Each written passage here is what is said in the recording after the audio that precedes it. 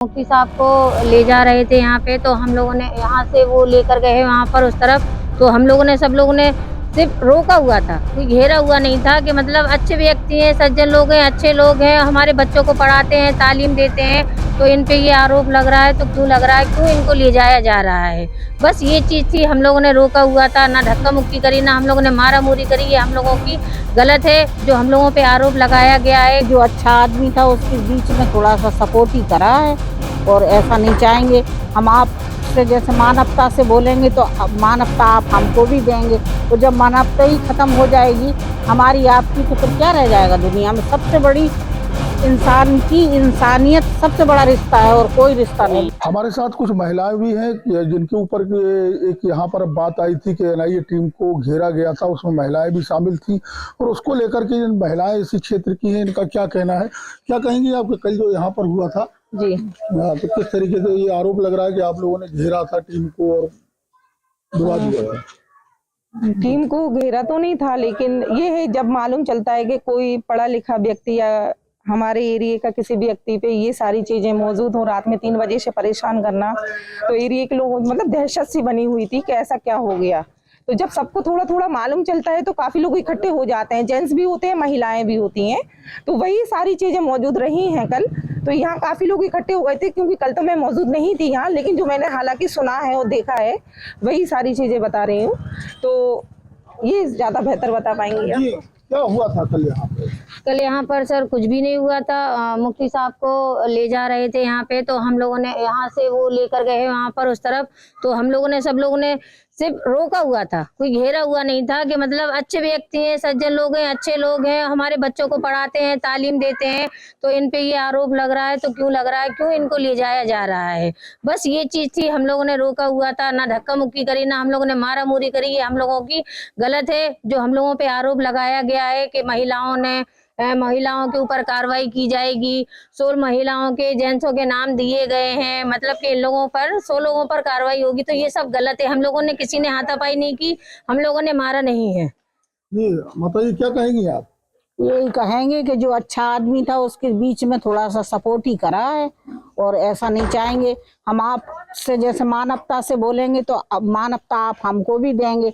और जब मानवता ही खत्म हो जाएगी हमारी आपकी, तो फिर क्या रह जाएगा दुनिया में। सबसे बड़ी इंसान की इंसानियत सबसे बड़ा रिश्ता है, और कोई रिश्ता नहीं है। लोगों ने जो घेरा था उसको लेकर के, तो वो घेरा नहीं था, वो तो भीड़ में खड़े थे सब। हाँ, खड़े थे सब लोग। अब हो सकता किसी ने धक्का दिया हो और वो एकदम लग गया हो किसी में, तो उसमें आप चाहे आपको लग जाए, चाहे किसी पुलिस के व्यक्ति को लग जाए, ये हुआ। लेकिन जान के किसी ने ऐसा नहीं किया। क्या कहेंगी माता जी? हाँ, यही कि बहुत अच्छे इंसान है, सबको पढ़ाते लिखाते हैं, इसलिए हम लोग सब जने गए थे।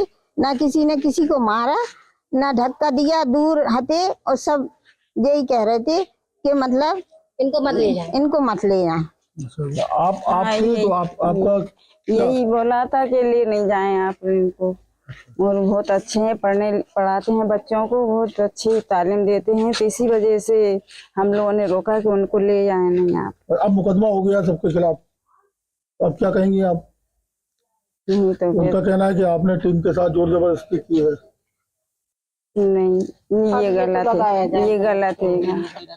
तो महिलाओं ने, जेंट्सों ने रोका है, तो उनके ऊपर आरोप। आपने सुना कि अधिकांश महिलाओं का ये कहना है कि मुफ्ती साहब बहुत ही अच्छे आदमी हैं, वो तालीम देते हैं, और इसलिए हम लोगों ने टीम के साथ किसी प्रकार की हाथापाई नहीं की है।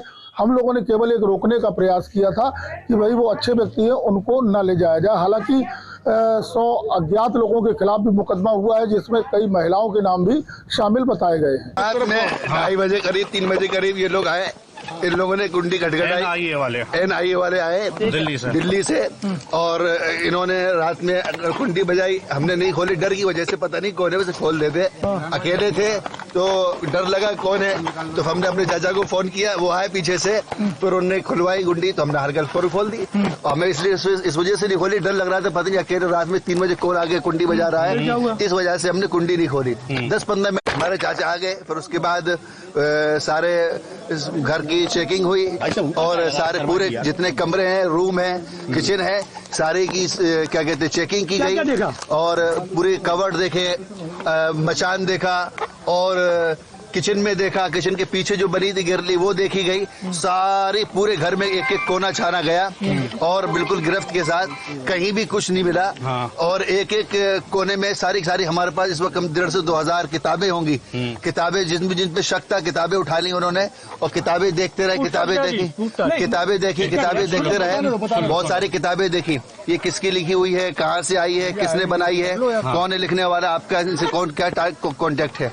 तो फिर उसके बाद एक झोले में सारी किताबें भर ली, सारे कागजात भर लिए, पासपोर्ट, वीजे, हमारा वीजा था, सऊदी अरब गए थे जो हज के लिए, उम्रे के लिए अक्टूबर में, उसके बारे में जांच की। फिर उसके बाद ऊपर वाले पोर्शन में गए, ऊपर वाले पोर्शन में फिर पूरी जांच की और पूरी बात पूछी गई।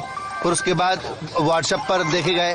तो असल में हमारा ऑनलाइन काम है, तो उसमें बहुत सारे नंबर होते हैं, बहुत सारे नंबरात हैं, कम से कम अच्छे खासे नंबर है, बहुत सारे ग्रुप है। अब ग्रुप वगैरह कहाँ से आए हैं और ये नंबर इतने सारे कैसे आए। तो हमने उनको जवाब ये दिया कि हमारे ऑनलाइन क्लास चलती है तो उसके ऐड जाते हैं, ऐड चलते हैं, पोस्टर चलते हैं, पोस्टर में सब लोग कांटेक्ट करते हैं, सब लोग कि भाई हमें भी पढ़ना है, हमें भी पढ़ना है। और बाकायदा उन्होंने मैसेज भी देखे, एडमिशन के फॉर्म के मैसेज भी डला हुआ है कि भाई देखो ये एडमिशन हो रहा है। तो इस वजह से उसके बाद फिर कहने लगे कि मौलाना इलियास गुम्मन साहब का मसला आया। मौलाना इलियास गुम्मन साहब कौन है, ये कहाँ से हुआ। तो इस सिलसिले में जांच चल रही है और जो कुछ है उन्होंने बना के दे दिया है, हमारे पास मौजूद है। आप कब से पढ़ा रहे हैं सर? हम ऑनलाइन पढ़ा रहे हैं, 10, 11, 12 साल से ऑनलाइन पढ़ा रहे हैं। आपके पास? हमारे पास सबसे ज्यादा इंडिया के हैं, इंडिया के सब बच्चे पढ़ते हैं। बाहर के जो बच्चे वो इंडिया ही के बच्चे हैं, बाहर के बाहर के बच्चे जैसे कि आपके क्या कहते हैं इंग्लैंड के हैं और आपके इस्लामिक कुरान कायदा छोटे छोटे बच्चे वो भी इंडिया ही के हैं, कोई अरब कंट्री का कोई नहीं है। मदरसा चलाते हैं? और मकतब चलाते हैं, कोचिंग चलाते हैं, coaching centre, Islamic coaching centre है जी। पैसे हमारी फ्री क्लास भी होती है, 50 रुपए भी, 100 रुपए भी, 200 रुपए भी, 1,000 भी फीस है, 1,500 भी फीस है। बैंक के अकाउंट में तलाशा किया, खंगाला गया? पूरा बैंक का खंगाला गया और उन्होंने ये कहा कि आपने कहाँ फंडिंग की, आपने उन्होंने ये कहा कि जांच में कि आपने कहीं बाहर ट्रांसफर किए पैसे, इसका बार बार वो जिक्र कर रहे थे, लेकिन हमने अभी तक कोई बाहर पैसे नहीं पहुँचाए।